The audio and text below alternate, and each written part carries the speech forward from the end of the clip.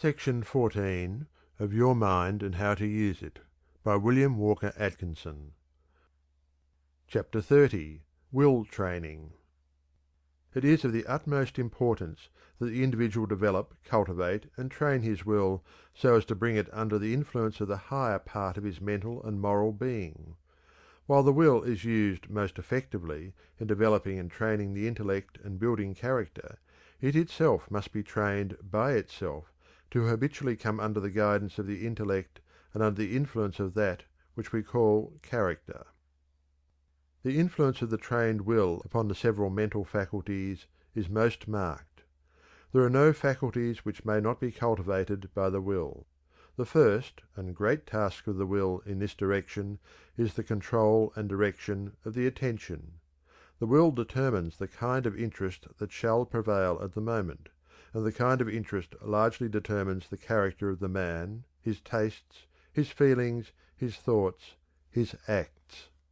Gordy says: "Co-operating with a pre-existing influence, the will can make a weaker one prevail over a stronger. It determines which of pre-existing influences shall have control over the mind." Moreover, concentrated and continued attention depends entirely upon the exercise of the will. As Gordy says, if the will relaxes its hold upon the activities of the mind, the attention is liable to be carried away by any one of the thousands of ideas that the laws of association are constantly bringing into our minds. Even in the matter of mental images, the will asserts its sway, and the imagination may be trained to be the obedient servant of the developed will. Regarding the influence of the will upon character, Davidson says: "It is not enough for a man to understand correctly and love duly the conditions of moral life in his own time. He must, still further, be willing and able to fulfil these conditions.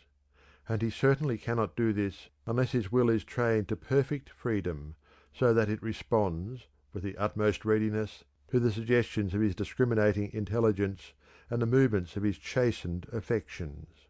Halleck says: "We gradually make our characters by separate acts of will, just as a blacksmith by repeated blows beats out a horseshoe or an anchor from a shapeless mass of iron. A finished anchor or horseshoe was never the product of a single blow." Training the will. Perhaps the best way to train the will is to use it intelligently and with a purpose.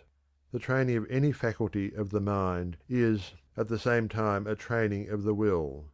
The attention being so closely allied to the will, it follows that a careful training of attention will result in a strengthening of the will. The training of the emotional side of one's nature also brings results in the strengthening of the will. Halleck gives his students excellent advice regarding the training of the will. It would be hard to find anything better along these lines than the following from his pen: "Nothing schools the will and renders it ready for effort in this complex world better than accustoming it to face disagreeable things. Professor James advises all to do something occasionally for no other reason than that they would rather not do it, if it is nothing more than giving up a seat in a street car.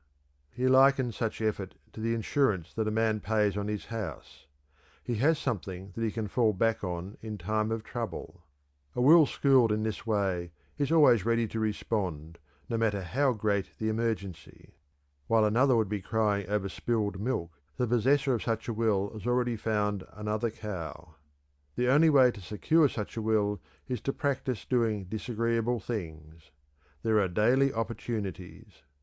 A man who had declared his aversion to what he deemed the dry facts of political economy was one day found knitting his brow over a chapter of John Stuart Mill.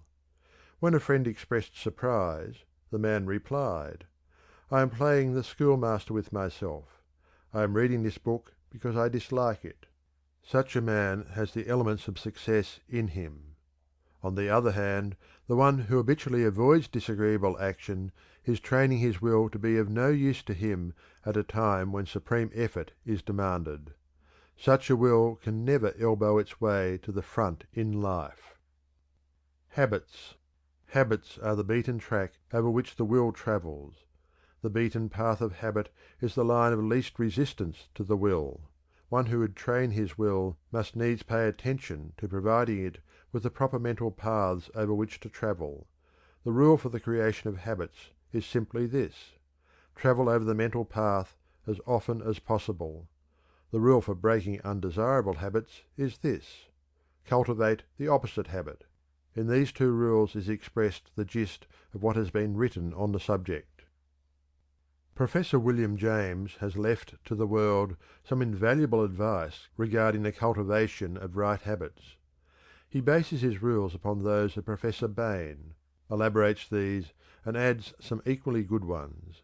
We herewith quote freely from both James and Bain on this subject. It is the best ever written regarding habit building. 1. In the acquisition of a new habit, or the leaving off of an old one, launch yourself with as strong and decided an initiative as possible. This will give your new beginning such a momentum that the temptation to break down will not occur as soon as it otherwise might, and every day during which a breakdown is postponed adds to the chances of it not occurring at all. James. 2.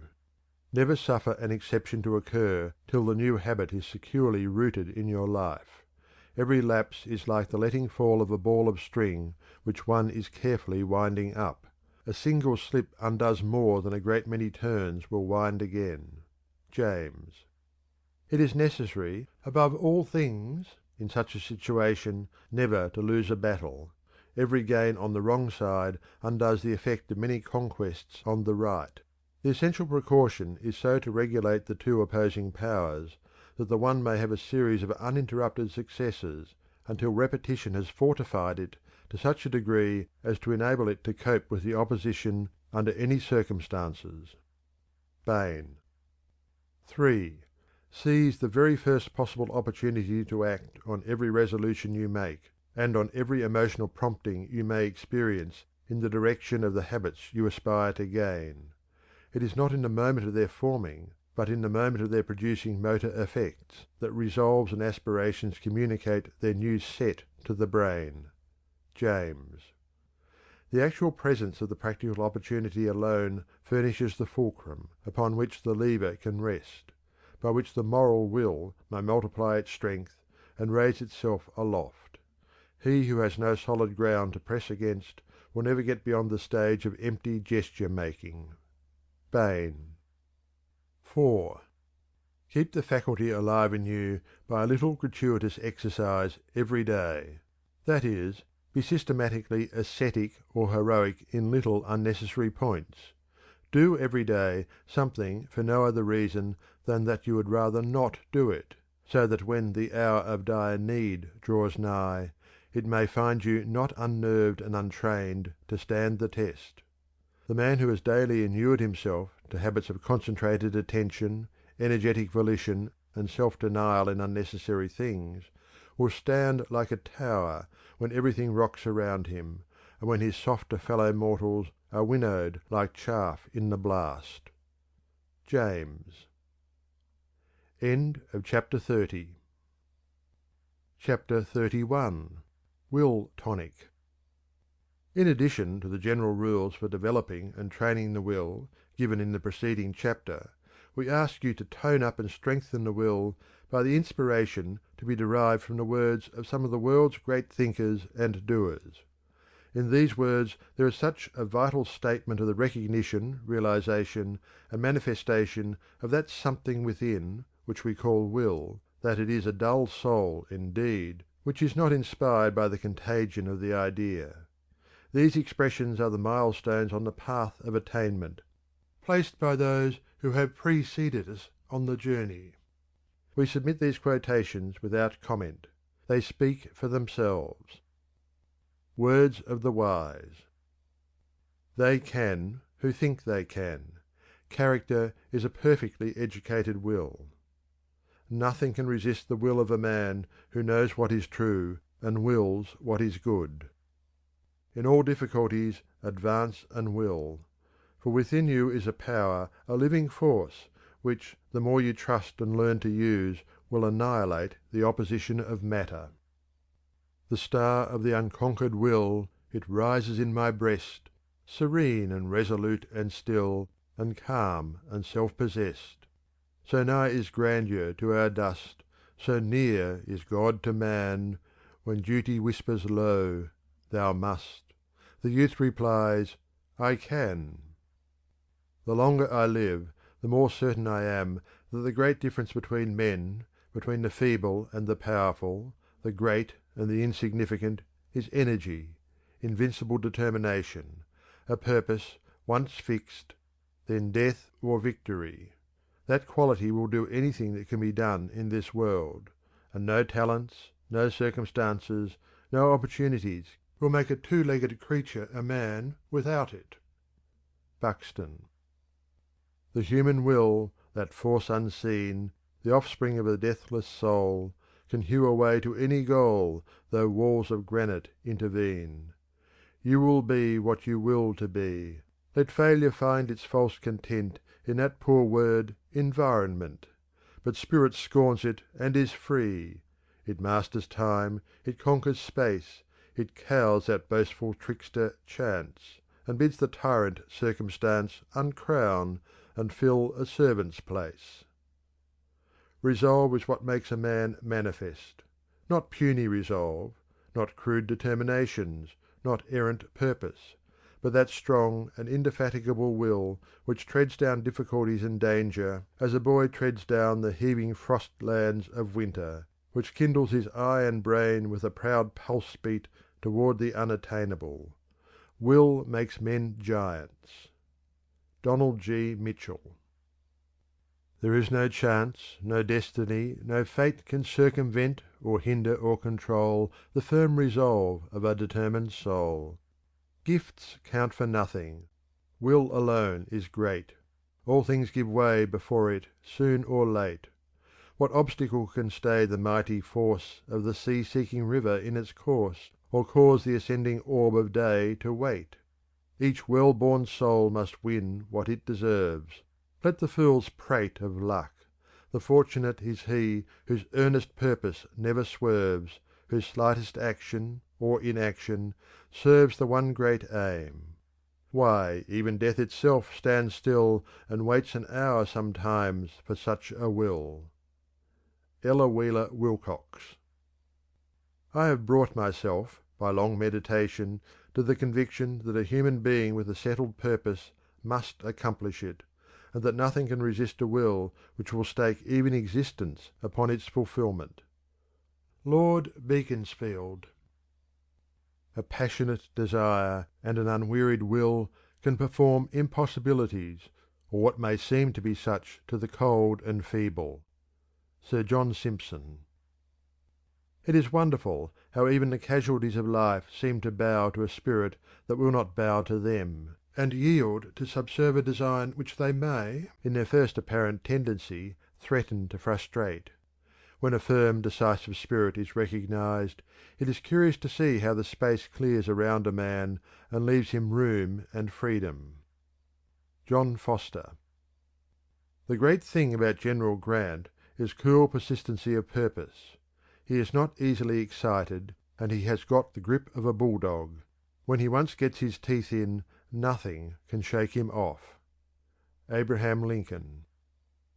I am bigger than anything that can happen to me. All these things are outside my door, and I've got the key. Man was meant to be, and ought to be, stronger and more than anything that can happen to him. Circumstances, fate, luck, are all outside, and if he cannot change them, he can always beat them.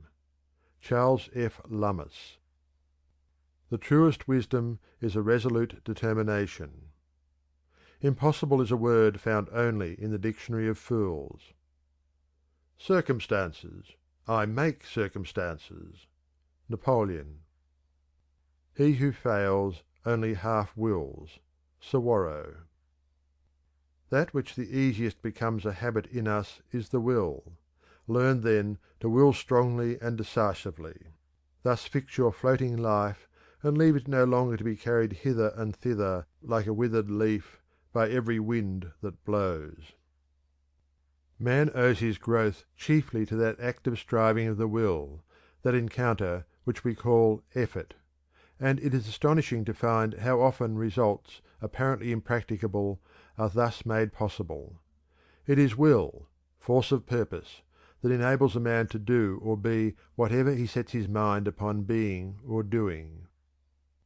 A strong defiant purpose is many handed, and lays hold of whatever is near that can serve it. It has a magnetic purpose that draws to itself whatever is kindred. Let it be your first study to teach the world that you are not wood and straw, that there is some iron in you. Munger. It's dogged as does it. Yorkshire proverb. One talent with a will behind it will accomplish more than 10 without it, as a thimbleful of powder in a rifle, the bore of whose barrel will give it direction, will do greater execution than a carload burned in the open air. O. S. Marden. Will may not endow a man with talents or capacities, but it does one very important matter. It enables him to make the best, the very best, of his powers. Fothergill. Tender-handed, stroke a nettle, and it stings you for your pains. Grasp it like a man of metal, and it soft as down remains.